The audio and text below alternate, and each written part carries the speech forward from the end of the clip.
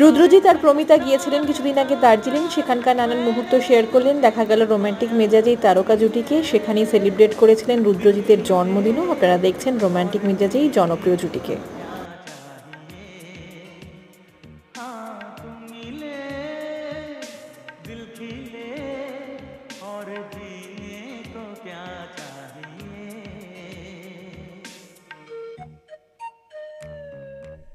Cine Gossip.